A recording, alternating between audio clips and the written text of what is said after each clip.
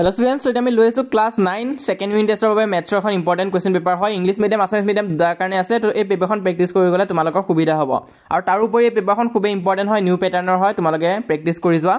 কিবা ডাউট বা কনফিউজন থাকিলে মোক কমেন্ট বক্সত খুদিবা আৰু মেথছ এক্সামৰ কাৰণে সকলোকে অল দা বেষ্ট